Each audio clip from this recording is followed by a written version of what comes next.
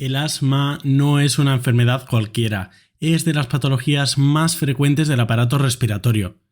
De hecho, ocupa hasta 1/3 de toda la asistencia en el aparato respiratorio y además, desafortunadamente, su incidencia está aumentando.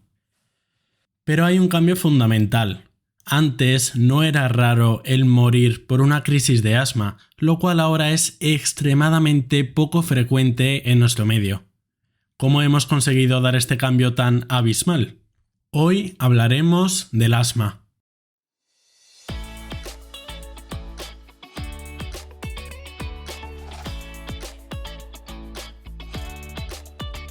Buenos días, bienvenido a Entiende tu Salud, un podcast divulgativo para aprender sobre medicina y temas sanitarios de forma sencilla. Yo soy Gonzalo Vaquero Sanz y me puedes encontrar en las redes TikTok, Twitter, Instagram y Facebook como @Entiende tu Salud y ahora también en YouTube como Entiende tu Salud. ¿Qué es el asma? ¿Cómo la definiríamos?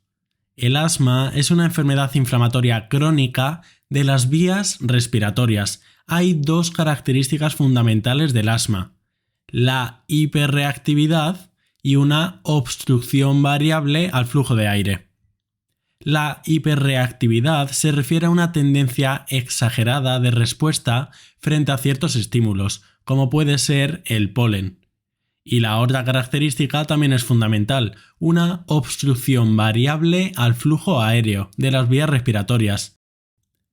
Importante lo de variable, porque no es una obstrucción constante, sino con exacerbaciones, lo cual la diferencia fundamentalmente de otra patología respiratoria también muy frecuente, el EPOC, las siglas de enfermedad pulmonar obstructiva crónica. Pero volvamos al asma. ¿A cuánta gente afecta? El asma afecta aproximadamente al 10% de la población, aunque hay ciertas diferencias entre países. Un 10% significa que hay millones de personas afectadas por esta patología. Lo que sí es más diferente según los países es la mortalidad. Mientras que en países con una buena estructura sanitaria es raro fallecer por asma como tal, esto, desgraciadamente, no es infrecuente en países con peores condiciones sanitarias. Veamos un aspecto fundamental. ¿Cuál es la causa subyacente al asma? No lo sabemos. No sabemos la causa concreta. Probablemente es que no la haya, sino que sea una convergencia de muy diversas causas. Además, el asma en realidad puede aparecer en cualquier momento de la vida, desde a los 2 años como a los 80, aunque es más prevalente en jóvenes. Sabemos que para el asma existe una cierta predisposición genética, unos genes que nos hacen más susceptibles a sufrir asma y que se desencadene por distintos componentes ambientales. Estos desencadenantes lo que provocarán es una respuesta inmunitaria exagerada, provocando una inflamación crónica, constante en el tiempo, pero que a veces será mayor y otras menor. Es decir, en realidad lo que hay detrás de todos los síntomas del asma, y que ahora veremos, es una inflamación crónica. No sabemos las causas concretas, pero sí conocemos factores de riesgo. El factor de riesgo más importante es la atopia. La atopia es una característica en la que la persona es hipersensible al entorno y que tiene una tendencia a producir una reacción inmunológica exagerada. La atopia es un fenómeno creciente y muy prevalente. Voy a repetir este concepto. La atopia es una tendencia a sufrir una sensibilidad exagerada al entorno, provocando una respuesta excesiva de nuestro sistema inmune. Esto hará que las personas con atopia no solo tengan más riesgo de padecer asma, sino una gama muy amplia de otras patologías también, como dermatitis atópica o rinoconjuntivitis. Por eso es tan frecuente que alguien con asma también padezca patologías similares como la dermatitis atópica. Y además de la atopia, sabemos otros factores de riesgo de la propia persona que pueden propiciar al asma, como la obesidad o el tener rinitis. A su vez, y aunque pudiera no venirnos a la mente, también está comprobado la gran influencia que tienen ciertos factores perinatales al nacer para sufrir asma. Algunos de estos son que la madre fume, que el niño sea prematuro o que nazca por cesárea, entre otros. Y, en tercer lugar, para desencadenar el asma en alguien ya predispuesto, tiene mucha relevancia los factores ambientales, como los alérgenos del aire, lo cual guarda relación desde con casas sucias hasta con cucarachas. Alérgenos relacionados con el trabajo, como en peluquerías o fábricas de tela. El sufrir infecciones respiratorias también puede hacer que se desarrolle el asma y otros factores como el tabaco, el fumar. Todos estos son diversos factores que pueden hacer que una persona empiece a padecer asma. ¿Qué clínica es la típica del asma? ¿Qué síntomas nos podemos encontrar? En el asma es muy frecuente la tos, sobre todo la tos nocturna o de madrugada. Esto es algo muy frecuente. Quédate con esto. Típica tos, frecuentemente nocturna o de madrugada. También es muy típico el tener episodios recurrentes de sibilancias, que es un sonido silbante que a veces se puede escuchar cuando el aire pasa por un conducto más estrecho de lo normal, como recordad que pasaba en el asma con la obstrucción de las vías respiratorias. Otro síntoma típico es que tanto la tos como las sibilancias se exacerben con el ejercicio, con la contaminación ambiental o con la exposición a alérgenos del aire. Pero el asma, aunque recuerdo que hay una inflamación crónica basal todo el tiempo, se desarrolla por crisis de asma. En estas crisis, la persona sufre una contracción de los bronquios más grave de lo normal y tiene sensación de falta de aire, disnea. ¿Qué factores pueden desencadenar estas crisis de asma? Ya hemos comentado dos muy importantes: el ejercicio físico y la exposición a alérgenos del aire, como podrían ser pólenes, pero también hay otros como sufrir una infección respiratoria, sobre todo las víricas por virus, o incluso los cambios climáticos como el frío. El propio frío puede desencadenar una crisis de asma. Incluso hay alimentos que pueden desencadenar una crisis de asma, pero también aditivos alimentarios o fármacos. Y como hay tantos, tan diversos, y además a veces difícilmente identificables factores que pueden desencadenar la crisis, es muy importante que las personas con asma lleven su medicación de rescate. Porque una crisis de asma puede no ser una tontería y realmente requerir un tratamiento urgente. Por tanto, para unir esto último, los síntomas típicos del asma son la tos, las sibilancias y la disnea, síntomas que pueden hacerse mucho más prominentes durante las crisis de asma, que se pueden desencadenar por factores como el ejercicio, alérgenos o el frío.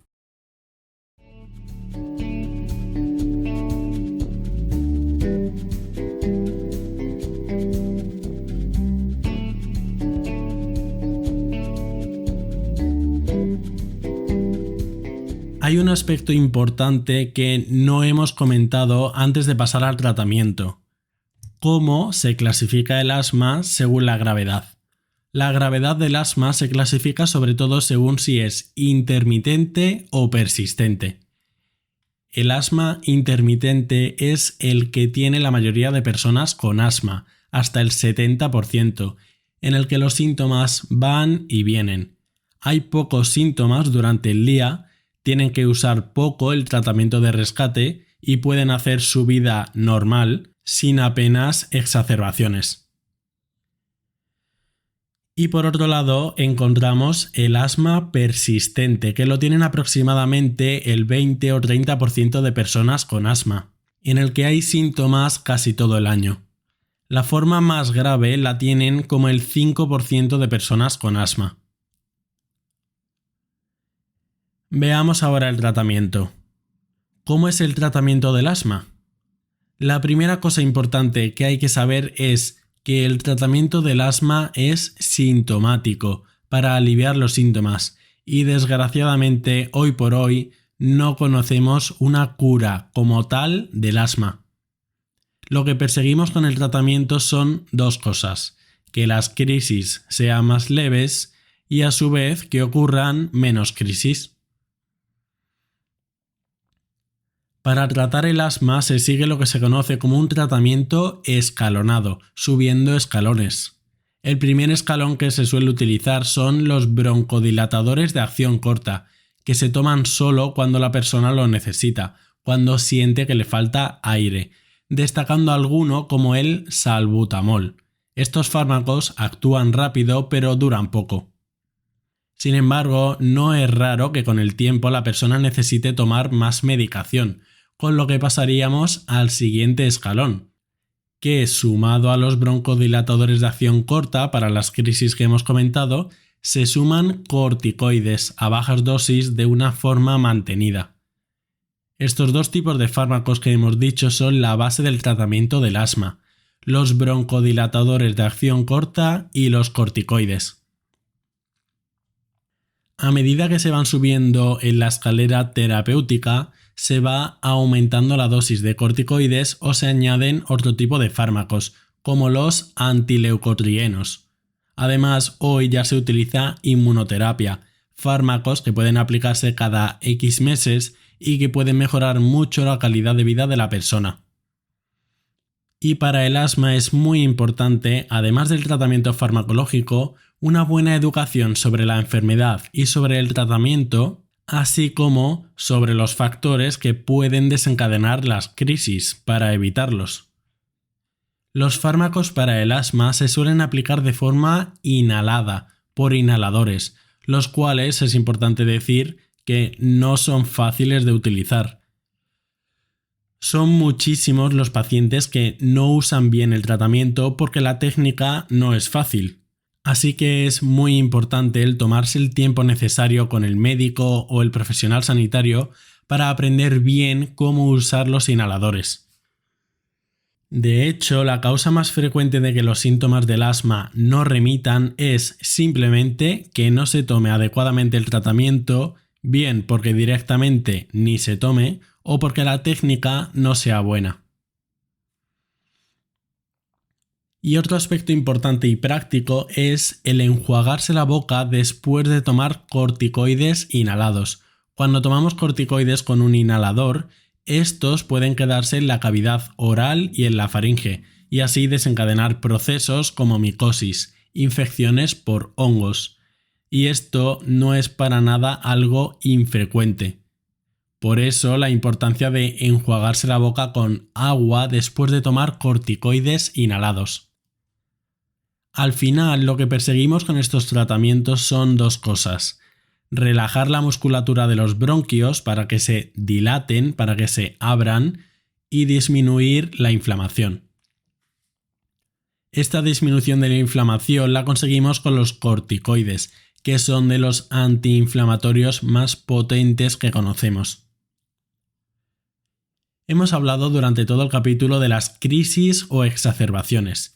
La definición de exacerbación no tiene mucho consenso, pero la podemos entender como el momento en que la crisis no cede tras usar la medicación de rescate 2, 3 o 4 veces, que son los broncodilatadores de acción corta, y que el paciente tiene que ir a urgencias.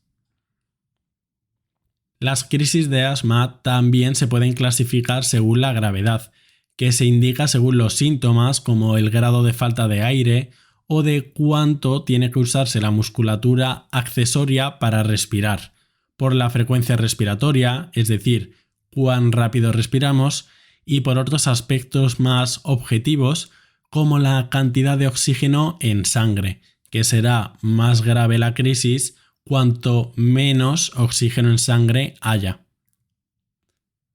Y una exacerbación grave de asma puede llevar incluso a terminar con la vida, simplemente porque no pasa aire, disminuye el oxígeno y se ocasiona una parada cardiorrespiratoria. Para tratar las crisis graves se usan fármacos como más broncodilatadores, adrenalina, corticoides a dosis altas y oxígeno, muy importante. Recapitulando para que te vayas con las cosas más importantes. El asma es una enfermedad inflamatoria crónica de las vías aéreas que se caracteriza por una hiperreactividad y por una obstrucción variable al flujo de aire. Afecta aproximadamente al 10% de la población y su causa es una unión de predisposición genética más desencadenantes ambientales. Además, el factor de riesgo más importante para sufrir asma es la atopia, la cual se caracteriza por una hipersensibilidad al entorno y a producir una reacción inmunológica excesiva. Los síntomas típicos del asma incluyen la tos, episodios recurrentes de sibilancias y la falta de aire, los cuales pueden exacerbarse por las crisis que puede estar provocado por factores como el ejercicio, la contaminación ambiental y los alérgenos del aire. Y para terminar, lo que buscaremos para tratar el asma será disminuir la contracción de los bronquios con broncodilatadores y disminuir la inflamación crónica con fármacos como los corticoides.